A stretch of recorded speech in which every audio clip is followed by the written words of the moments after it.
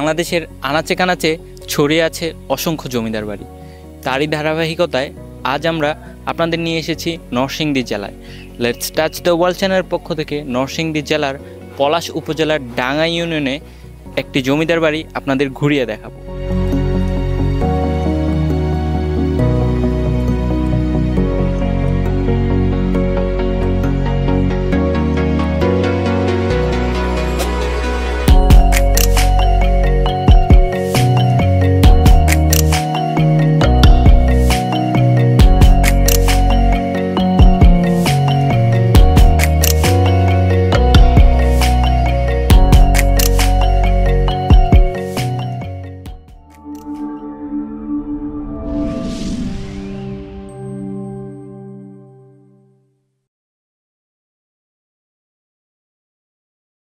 এটি হচ্ছে ডাঙ্গা জমিদার বাড়ি অথবা উকিল বাড়ি অথবা লক্ষণ শাহ জমিদার বাড়ির নামেও আশেপাশের মানুষের কাছে পরিচিত।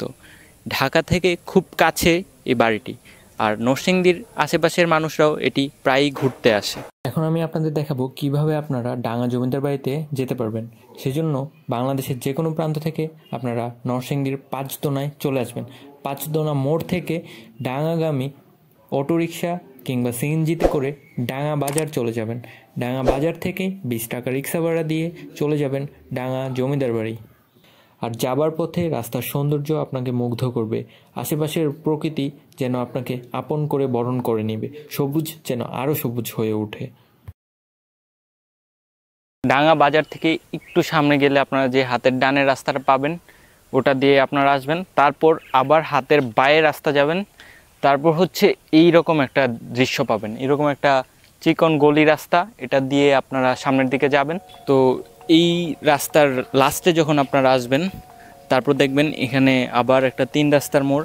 আপনারা এই দিকে যাবেন, হাতের ডানে যাবেন, ডান দিকেই হচ্ছে সেই জমিদার বাড়ির রাস্তাটা। তারপর আবার ইটের একটা রাস্তা আছে, সেই ইটের রাস্তা দিয়ে আপনারা সামনের দিকে যাবেন।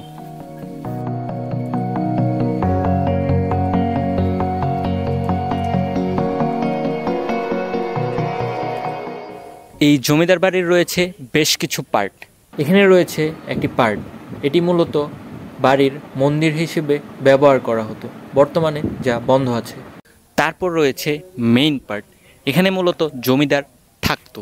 এটি 2 তলা বিশিষ্ট একটি ভবন। তার পাশেই ছোট্ট আরেকটি বিল্ডিং আছে যেটা ছিল সভাকক্ষ। আর এর ঠিক পাশেই রয়েছে বিশাল বড় ঘাট সহ একটি পুকুর।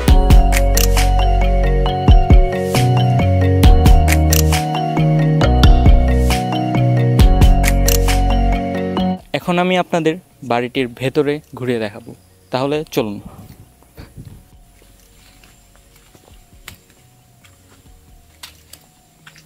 এটি হচ্ছে বাড়ির পেছনের অংশ।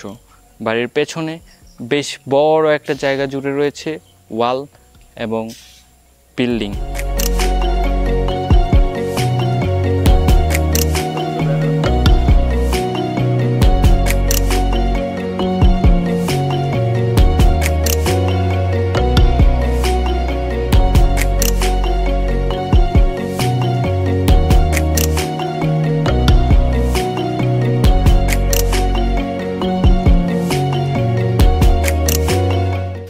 আমরা সিঁড়ি দিয়ে ভবনটির দোতলায় চলে আসলাম, আর দোতলার থেকে আপনাদের ভেতরের দৃশ্য এবং বাইরের দৃশ্যগুলো ঘুরে দেখাবো, তাহলে চলুন।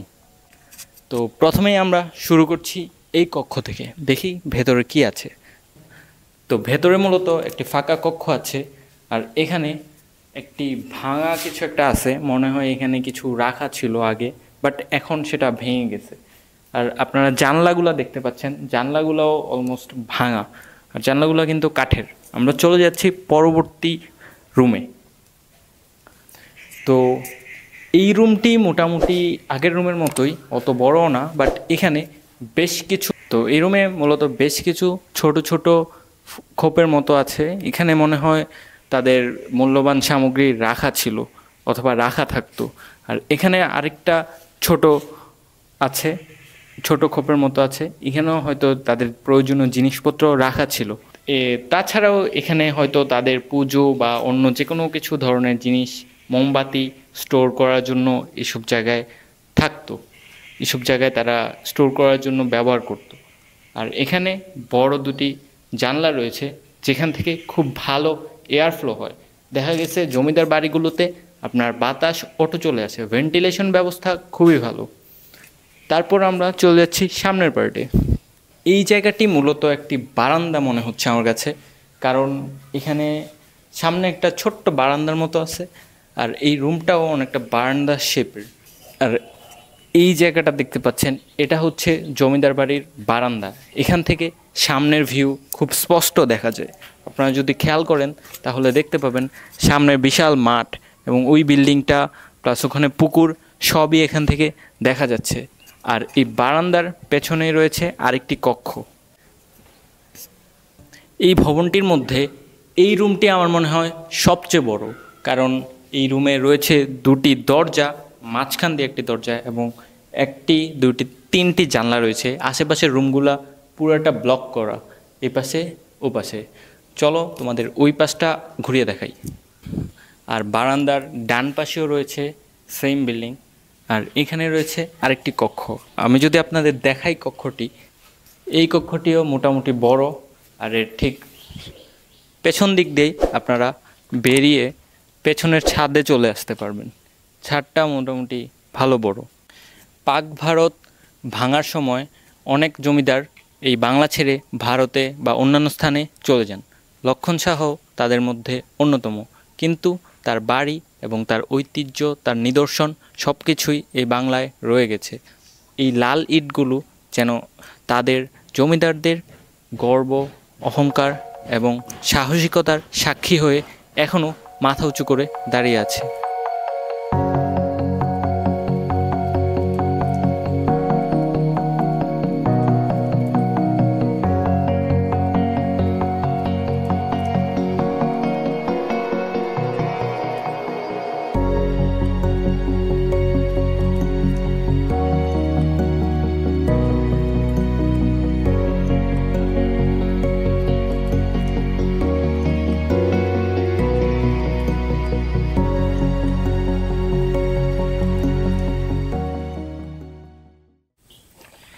এখন আমরা আছি জমিদার বাড়ির পুকুরে, পুকুর ঘাটে মেইনলি।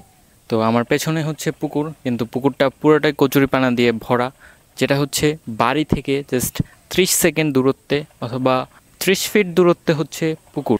আর এই পুকুরটা দেখলেই বোঝা যায় আগে কেমন ছিল বা জমিদাররা এখানে কিভাবে থাকতো। এই জমিদার বাড়িটি যদি ভালো করে সংস্কার করা হতো তাহলে আমাদের নতুন প্রজন্ম জানতে পারত তাদের অতীত ইতিহাস, এবং নরসিংদী জেলার এটা হতে পারত অন্যতম একটি পর্যটন কেন্দ্র। তাছাড়া পর্যটন কেন্দ্র হলে এটি হতে পারত এই জেলার, এই এলাকার অর্থনীতির চাকা ঘোরাবার মূল চালিকা শক্তি।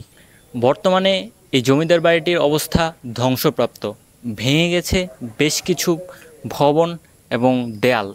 তাছাড়াও দেয়ালের আশেপাশে ঝোপঝাড়ে ঢেকে গেছে, তবুও জমিদার বাড়িটি সগৌরবে এখনও মাথা উঁচু করে দাঁড়িয়ে আছে। আজ আপনাদের থেকে বিদায় নিচ্ছি, কিন্তু দেখা হবে নতুন কোনো সিরিজে, নতুন কোনো জমিদার বাড়ি কিংবা বাংলার ঐতিহ্য বা ঐতিহাসিক স্থান নিয়ে। সে পর্যন্ত লেটস টাচ দ্য ওয়ার্ল্ড চ্যানেলের সাথেই থাকুন আর সাবস্ক্রাইব করতে ভুলবেন না, কারণ আমরা প্রতি সপ্তাহে আপনাদেরকে নতুন নতুন এপিসোড দেখাবো এবং বাংলার ঐতিহ্য, বাংলাদেশকে ভ্রমণ করতে উৎসাহিত করব।